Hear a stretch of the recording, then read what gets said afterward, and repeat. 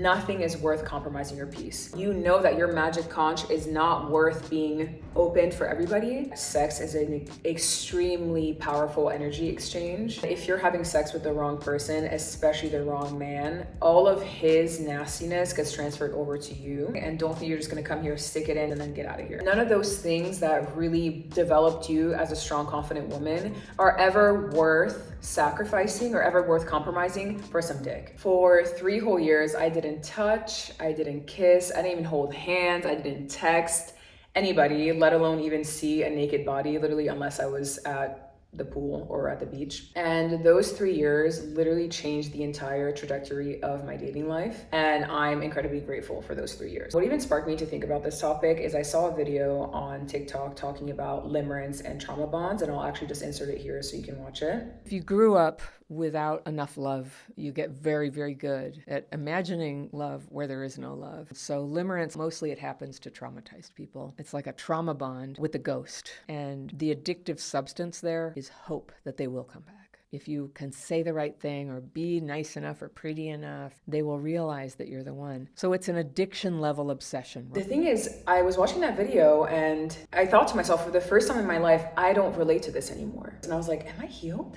Am I done? Like, am I finally past the stage of any type of like trauma bonding and terrible relationships and dating horrible men? Like, I think I'm finally at a stage where I don't do that anymore. And I really do attribute it to the fact that I didn't let anybody in my personal space for years. We don't have to get too much into my childhood, but it was very unpredictable in certain ways. I do come from a divorced family, which I don't think always negatively impacts people, but I think it was more so the way that each individual parent acted. Once I got to my tween or teenage years, I wasn't allowed to date. Boys were really demonized, especially from my mom. And so I really had this like anti-dating thing, whatever. I had my first actual sexual experiences when I got to college. I was 17 years old. It was pretty horrible, actually.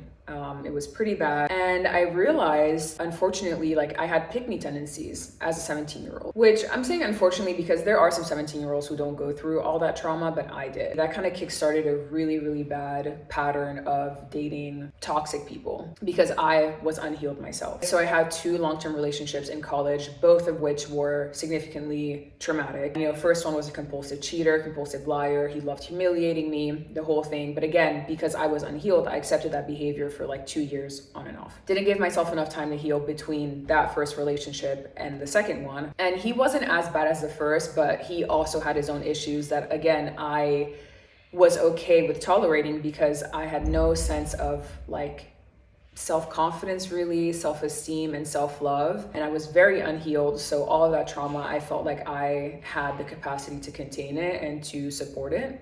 And I didn't, obviously. While I was in it, I realized this. I was like, I'm always thinking about my boyfriend all the time. I was like, I'm always thinking about like, who is he talking to? Are there women who are going after him? Like, what is he doing? Who is he texting? Who is he seeing? I finally reached my breaking point after so much trauma and so much like emotional heaviness of being in those relationships. And I didn't know any better. I really was of the notion that like relationships are hard, and they were always hard. Like dating those 2 men specifically was a very, very, very challenging time in my life. I always felt heavy. Like even just thinking about it now, it felt draining. Like it occupied my mind, and also I had OCD at the time, so whatever. And finally, COVID hit. Everything kind of started to align for me to leave that man. So I ended up getting my first big girl apartment. Really, I think it was January 2020 when I moved into my first 1-bedroom apartment just with my 1 cat. I was making really good money. And so by like February, March of 2020, when we started to kind of go remote at home, something just randomly changed in me. And I was like, I think I'm done. I don't know if that was like one of the first prefrontal cortex developing, I'm not really sure. And I was just done. I broke up with my boyfriend, and it was the cleanest break for me. Like even just thinking about it now, I remember just being like, hey, I think this is not working out. And I was calm about it. It wasn't like a shouting match because again, my relationships, there was so much screaming, so much crying, like the cheating, the everything. It was so emotionally heavy. I was done. I had nothing left inside of me anymore, nothing. So we broke up, and my life started flourishing. When I tell you, like, mind you, he had really bad alcoholic problems at the time, and he was very depressed, and I didn't want to deal with that, to be honest. Like I fully distanced myself. It wasn't a conscious decision of like, I'm not gonna have sex with anybody. It just felt natural. And I think as women, we get to this point where there's literally nothing left. Like, I think a lot of times when a woman is done, she's done. And grown women, you understand this. Like, we get to a point where we're like, okay, now my body can tell when something is healthy for me and when something isn't healthy for me. And me being in my own beautiful apartment with my own space, I started listening to philosophy podcasts. I started listening to a lot of Shetty as well. I read a lot of self-help books. I was like cooking my food. I was taking care of my hair, taking care of my skin. And I wasn't worrying about anybody. My phone was dry and it felt so good. I don't have to worry about like who he's texting, who he's seeing. And unfortunately, because of the toxic environment I was in, there were friends who were like trying to get close to my ex. So unfortunately, I had to like still kind of be involved in that in a way until I cut everybody off. I was like, fuck all of y'all. So whatever, like I enjoyed my time at home. I had no problem whatsoever. It was great. And then the world started opening back up and I still didn't have any desire to talk to anybody. And that's when I realized, I was like, I finally have found like self-love. And throughout all the work that I did, and I can put like link all the podcasts and all the meditation and spiritual work that I did, I think it was a little bit challenging because some people say that you don't heal unless you are in a relationship. Like just being single all the time doesn't actually heal you. I don't believe that for shit. I feel like you do need to take some time away from the constant energy exchange, especially within heterosexual relationships. Fortunately for women, we've gone to a point where a lot of us can have autonomy of our own lives. And it wasn't the case for the entire history of humanity. Men have caged women, they put women in chains, they like told women what to do, they stripped all of our rights away. I'm not gonna get too much into it because I'm very passionate about this topic, but I do believe that if men didn't fear women, those things wouldn't have happened.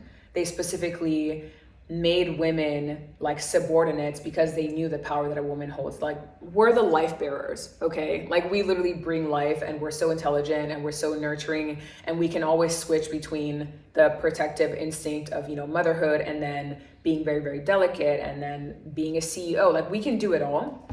And I think men were very intimidated by that. And so they took it all away from us. But again, now we're very lucky in that we live in the 21st century and we can be boss bitches. As a result of being boss bitches, a lot of women are realizing that men unfortunately just don't provide the emotional maturity and the emotional intelligence that a lot of women need. For anyone maybe who's younger watching this, trust me, it happens intuitively. Yes, I put in the work. A lot of women put in the work by reading all the books and healing and doing all the things necessary. However, you get to a point as an adult, as a grown woman, where nothing is worth compromising your peace. Trust me, your body just knows it. It's not like shitty men aren't gonna try to get you. Like shitty men will always try to go fishing for literally anybody they can find. But you as a healed woman, you will intuitively know that that is a turn off. And it is so amazing and it's such a freeing feeling to know that you can just move on with your life and not every man who throws himself at you is worth you. And you get to a point where you respect your body so much and you're so in love with your body and you know that your magic conch is not worth being opened for everybody, that you don't even have to go through the hassle. Oh, I feel like I should have sex with him. He bought me, dinner. No. No, not at all. Distancing myself from toxic men actually allowed me to attract a more healthy man. And so 3 years later, I ended up, moving to Austin, Texas, and I met a cool guy. I think if both of us had gone to therapy and had done a little bit more healing, I think we could have worked it out a little bit better. But generally speaking, it wasn't nearly as horrible as any of my previous relationships. For the most part, we were chill, we were fine. We broke up for pretty normal reasons, but there wasn't the consistent, constant screaming and crying and the cheating and the this and none of that. If you're not spiritual, maybe this doesn't click with you, but as a spiritual woman, I do believe that sex is an extremely powerful energy exchange. If you're having sex with the wrong person, especially the wrong man, all of his nastiness gets transferred over to you. Obviously, the energy can be cleansed out, so it's not like it's with you forever. I'm not talking about STs or anything, although that's a problem as well. When I moved a couple months ago, I actually reconnected with an old friend of mine. We actually went to school together 20 years ago. We're both attractive people and, things happened. It happened one night, and the day after, I had the worst stomach pain. It had nothing to do with gas. I didn't eat anything bad. It was just a weird feeling of angst. I was like, this isn't normal. This isn't a pelvic pain that you might get after not having had sex for some time. It was just a spiritual thing. It was a soul thing. And that's the thing about women's bodies that's really beautiful, is that we can always tell.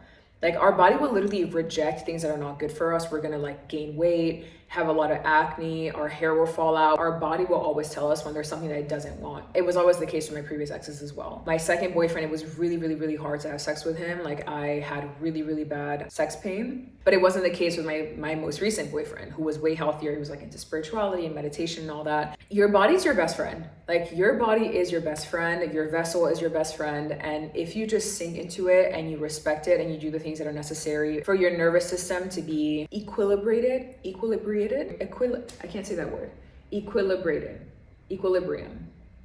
to just be good, everything falls into place. When you're very spiritual, you also notice the energy exchange with a toxic abuser and with someone who's just there to suck out your light and to suck up your energy, and it feels horrible. The really amazing part is that once you take time away from that, you replenish your soul and your body with things that actually feel good.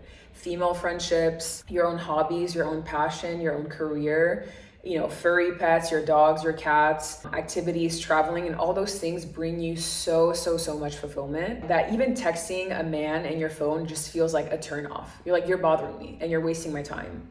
And that none of those things that really developed you as a strong, confident woman are ever worth sacrificing or ever worth compromising for some dick.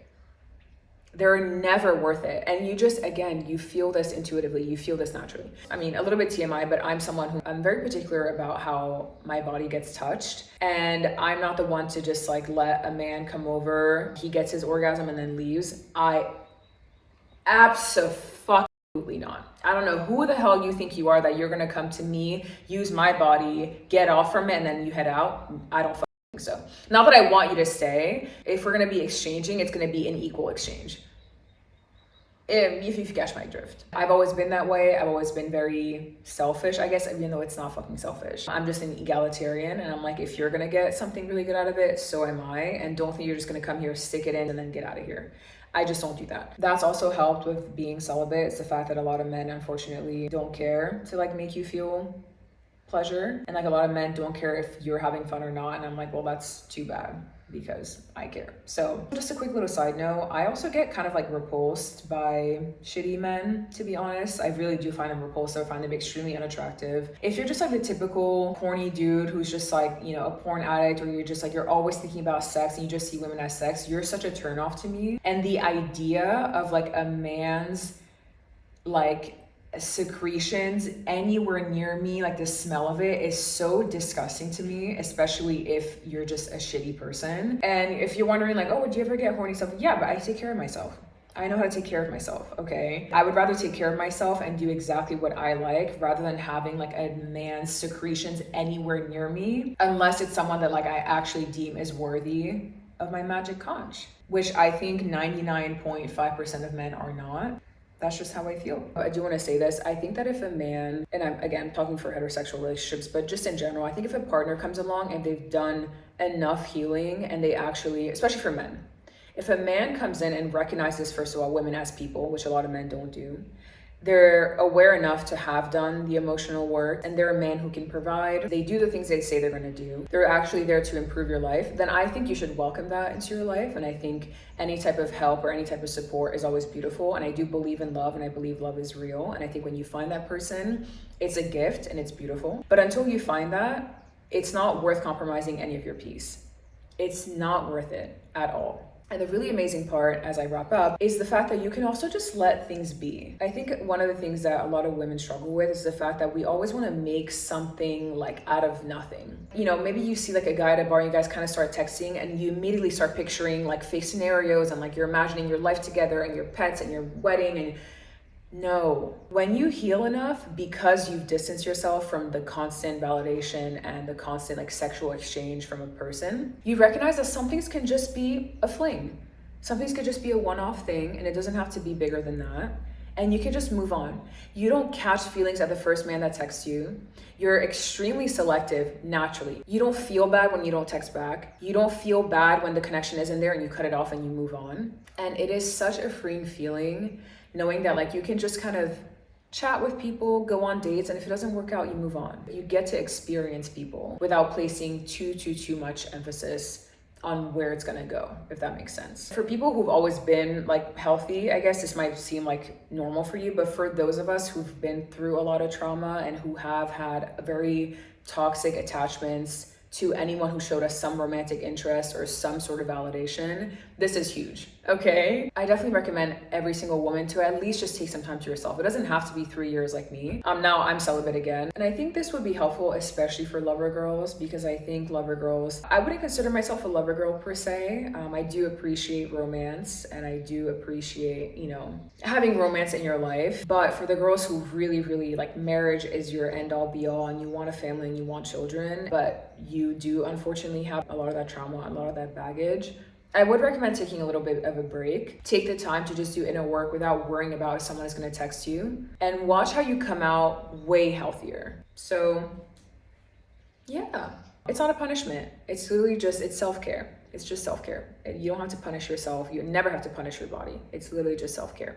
So anyways, if you have any questions or you are also on your celibacy journey, let me know. Let me know how your celibacy journey went or how it's going right now. Any lessons you learned from it, anything you want to share with the girlies, let me know. And that's all for today.